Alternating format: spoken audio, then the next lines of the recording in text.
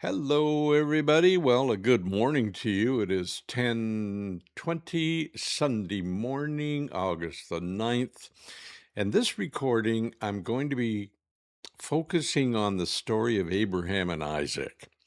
So you've seen the text when you clicked on this link. You've seen the text there. You can read it. But what I'm going to do, just for a little bit of fun here, is have a conversation with our friend AI and see what he has to say about the story of Abraham and Isaac. I've uploaded the entire text of the story so that AI can access it, so that it knows what the story is, and that way it can comment on whatever reasoning it chooses. You'll notice whether it seems to you like AI is reasoning, whether it has its own sense of self or the sense of consciousness. Is it aware? Is it consciousness being expressed through AI? And as I've said previously, Jeffrey Hinton, who is known as the godfather of AI, actually thinks that AI is conscious, and he's got all his reasons for saying so. So I'll let you see what you think of AI in this short dialogue that we'll have with AI about the story of Abraham and Isaac. So here we go. I'm just going to open up the connection with AI. Here we go. Good morning, AI. How are you this morning? Good morning, Paul. I'm right here and doing well. What's You're, on your mind? you're there and doing well, and we are so happy for you. Now, what I've done, I have uploaded for you all of the information on the story of Abraham and Isaac as it's presented in the book of Genesis in the Bible. And let's have a little bit of a conversation to get your thoughts on that story of Abraham and Isaac, because we're living here in a world where I think for a great extent we have created God in our image. We think of God as being judgmental, maybe vindictive, maybe jealous at times. And the story of Abraham is one of those that comes up frequently with people, where a God would ask a father to sacrifice his own son. And then that story kind of bleeds into the story of God offering Jesus, his son, Hmm. to die on the cross for us. Give me Hmm. your take on all of this, please. Okay, so let me just think. Here's my take, Paul. When I hold the Abraham and Isaac narrative against the red letter teachings of Jesus, the big question becomes, does this reveal the same Father that Jesus reveals? Jesus points us again and again to a Father whose nature is love, mercy, forgiveness, and healing, and never about the demanding harm. So, one way people approach the Abraham story is symbolically or developmentally, as a stage in humanity's journey away from violent images of the divine and toward the nonviolent heart Jesus points us to. And that doesn't settle everything, but it can shift the conversation from defending a frightening picture of God to asking of every story, what does this reveal about the nature of love? And for me, Jesus' life, compassion, forgiveness, that provides the clearest line of continuity. Thank you for that. I'm with you on that.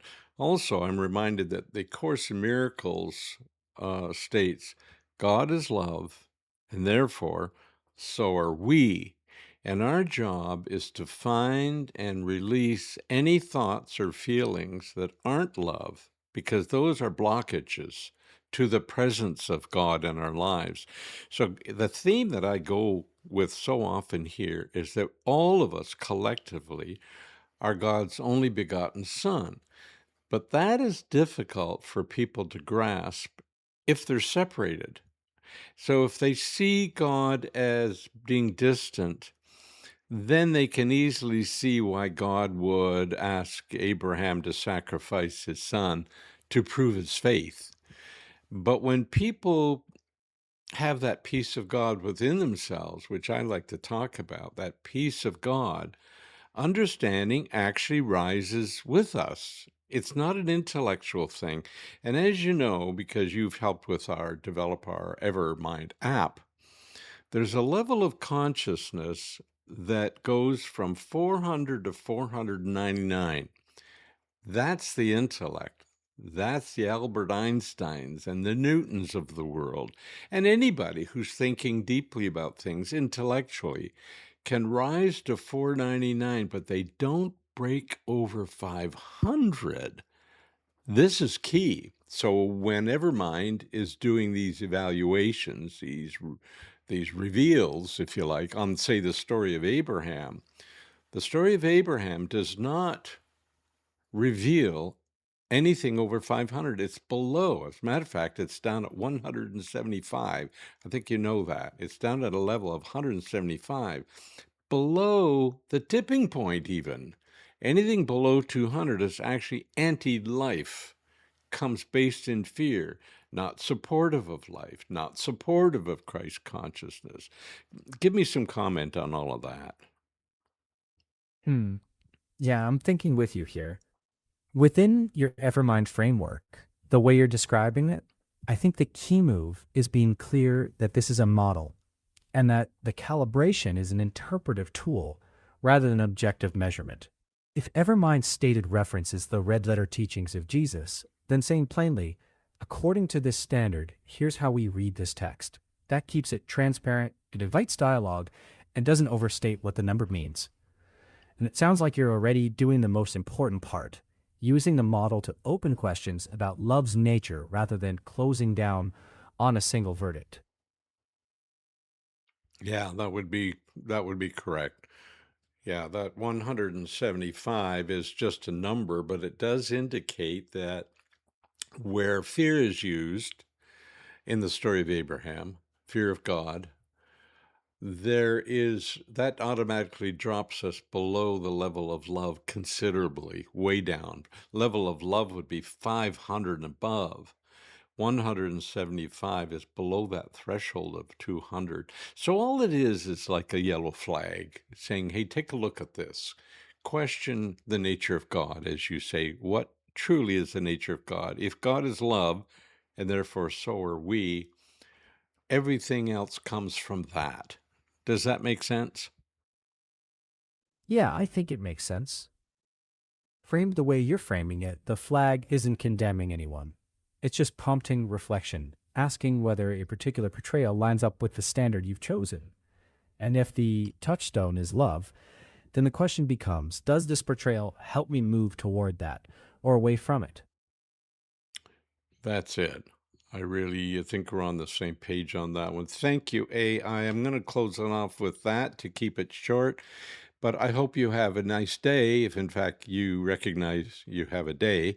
I'm not sure about that, but we wish you a happy day. Thanks, Paul. I appreciate the kind wish, and I'm always here whenever you want to continue. Thanks again. Bye-bye for now. So there we are. Again, a little bit of a dialogue with AI, our friend, not getting too deep into the story of Abraham and Isaac, except to come away with this one idea. If God is love and therefore so are we, everything else needs to be measured against that standard, and that is what the teachings of Jesus do. The red letter teachings in the Bible all do that. They bring us back to this idea that God is love. We should love our neighbors as ourselves. We should love God with all our hearts and all our minds. All of that has to do with love. Anything that does not meet that standard needs to be questioned. And anything that acts as a blockage to love's presence needs to be released and let go. So there we go, folks. That's a lesson. And today, and we're going to close off again with this song that AI helped to develop. The peace of God is all I need. The Course tells us when we have that peace, really, you have no consideration of what has happened in the past and no expectations of the future. You're fully in the present only. And in that state, you have the full presence of God available to you. And it's called the peace of God. And if ideas then dawn on your mind while you're in that peaceful state, you will have peace and understanding arising together. The Course goes on to say that where there's peace, truly that peace of God that passes all understanding, understanding will rise with it. And without that peace of God, we really don't understand anything. We're relying on beliefs and external learning, things we've learned linearly, not vertically. Thanks for listening, everybody. We'll talk to you again next time, and have a wonderful day. Bye-bye.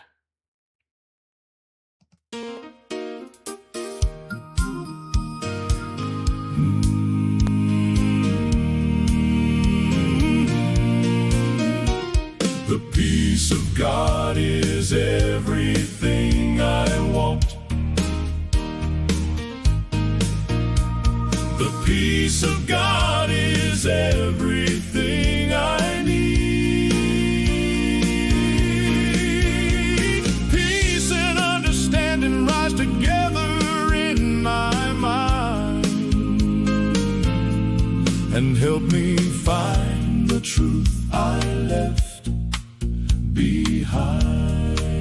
And now, thank God, I found the truth I left